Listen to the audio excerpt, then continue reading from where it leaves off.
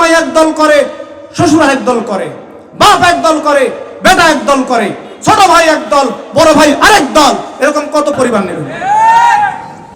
রাজনৈতিক ভাইদেরকে বলতে চাই, নেতাকে খুশি করার জন্য ওই প্রতিবেশীর সঙ্গে হিংসা করবেন না।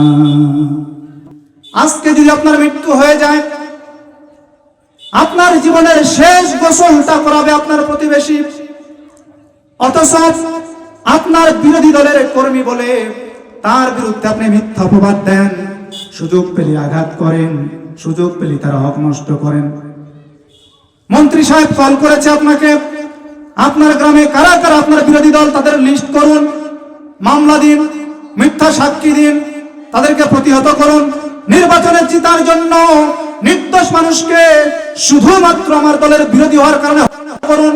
এই নির্দেশ যখন এমপি মন্ত্রীরা দিয়ে দেয়, ওই গ্রামের ছোটখাটো নেতারা মনে করে মই কি হলাম রে, স্বয়ং এমপি মন্ত্রী আমার সঙ্গে মোবাইলে কথা বলে।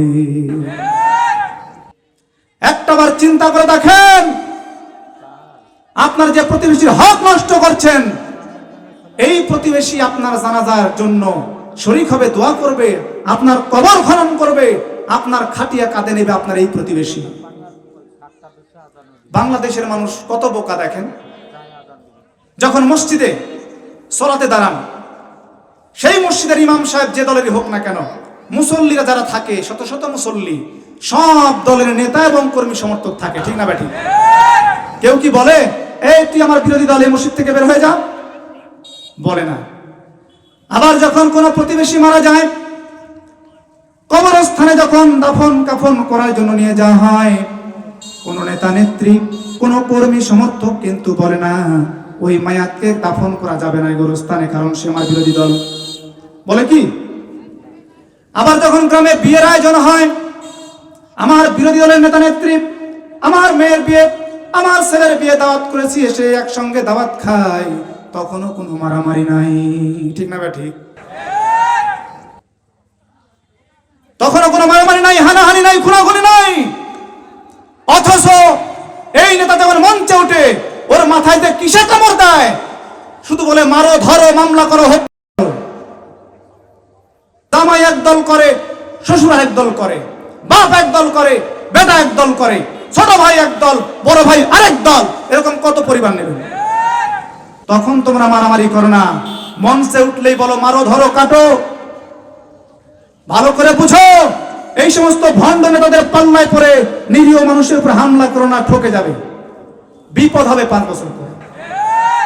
তোমার নেতা তোমাকে হুকুম করে বিরোধী দলের কর্মীদেরকে আঘাত করো, অথচ তোমার বাড়িতে তোমার ছোট ভাই তোমার বিরোধী দলের কর্মী, তুমি হয়তো মারবে না, কিন্তু তোমার নেতা আদেশে আরেকজন কর্মী তোমার ভাইকে আঘাত করবে। সেদিন বুঝতে ভাই হারাবে তা কেমন, না জানি কত সন্তান এতিম হয়ে যাবে। তাই বলছি, মন থেকে হিংসা দূর করেন, ভালোবাসা দিয়ে জয় করেন, দেশের কল্যাণে কাজ করেন, সেবক হয়ে কাজ করেন, দেশের খাদক হয়েন না, দেশের সম্পদ খাওয়ার জন্য নির্বাচন করেন না। খবরদার, 5 বছর পরে কি হবে ভালো করে বুঝেন। রাগ করছেন আপনারা ভাই? শিক্ষা নিতে হবে ভাই। এই মাত্র কয়েকদিনের জন্য একজন নেতা যখন পাওয়ারে যাবে, সর্বোচ্চ কয় বছর? 5 বছর। 5 বছরের মধ্যে আপনার নেতা দেশের সম্পদ ইচ্ছা মতো লুট করবে, ব্যাংক ভরবে, বিদেশে বাড়ি বানাবে। 5 বছর পর যখন আরেকজন ক্ষমতায় আসবে, আপনার নেতার টিকিট রেডি, বিমান রেডি, পাইলটও রেডি, মুহূর্তের মধ্যে চলে যাবে বিদেশের বাড়িতে, আর আপনি থাকবেন জঙ্গলে জঙ্গলে। আপনাকে দিয়ে মিছিল করে, জনগণ একত্রিত করে, জনগণের হক নষ্ট করে ওই নেতা আপনার খবর নেবে না। 5 বছর আপনার স্ত্রী সন্তান অপমানিত হবে, সন্তানের লেখাপড়া হবে না, আর আপনি টাকার অভাবে চিকিৎসা করতে পারবেন না, জঙ্গলে রাত কাটাতে হবে। আবার 5 বছর 10 বছর পর আপনার ওই পলাতক নেতা আবার আসবে, আবার এমপি হবে, আবার মন্ত্রী হবে। নেতা যদি মারা যায়, তার ছেলে বিদেশে পড়াশোনা করে সে এমপি হবে, আপনার কিছুই নেই। কোন নেতার জন্য আপনি হিংসা করেন, প্রতিবেশীর হক নষ্ট করেন? খবরদার। মসজিদে যেভাবে একত্রিত ভাবে থাকেন, জানাজা যেভাবে একত্রিত হন, ভাই ভাই মিলে মুসলমানের হক আদায় করবেন, প্রতিবেশীর হক নষ্ট করবেন না। নেতাকে খুশি করতে খবরদার কোনো প্রতিবেশীর হক নষ্ট করবেন না।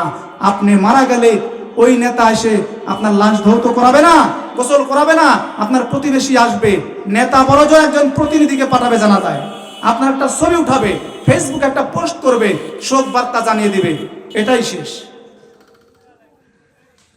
কোন কথা থেকে আসলাম? শবে বরাত যারা পালন করে গুনাহ মাফের আশায়, কোনো লাভ নাই যদি অন্তরে হিংসা দূর না হয়। হিংসা দূর করতে হবে, শিরক থেকে দূরে থাকতে হবে। তবে সেই রাতের নাম শবে বরাত না, সেই রাতের পরিভাষা, হাদিসের পরিভাষা হচ্ছে লাইলাতুন নিসফি মিন শাবান, শাবানের মধ্যরাত্রি। এছাড়া অনেক জালজয়ী বানোয়াট হাদিস রয়েছে, ওই হাদিসগুলো আমরা মানব না। শবে বরাত উপলক্ষে বিশেষ কোনো নামাজ নেই, বিশেষ কোনো সালাত নেই, বরং এই শাবান মাসে মা আয়েশা রাদিয়াল্লাহু আনহা বলেছেন, সহিহ বুখারীর 1969 নম্বর হাদিস, আল্লাহর নবী শাবান মাসে যত নফল সিয়াম পালন করেছে, এরকম নফল সিয়াম অন্য কোন মাসে আদায় করতে আমি দেখি নাই।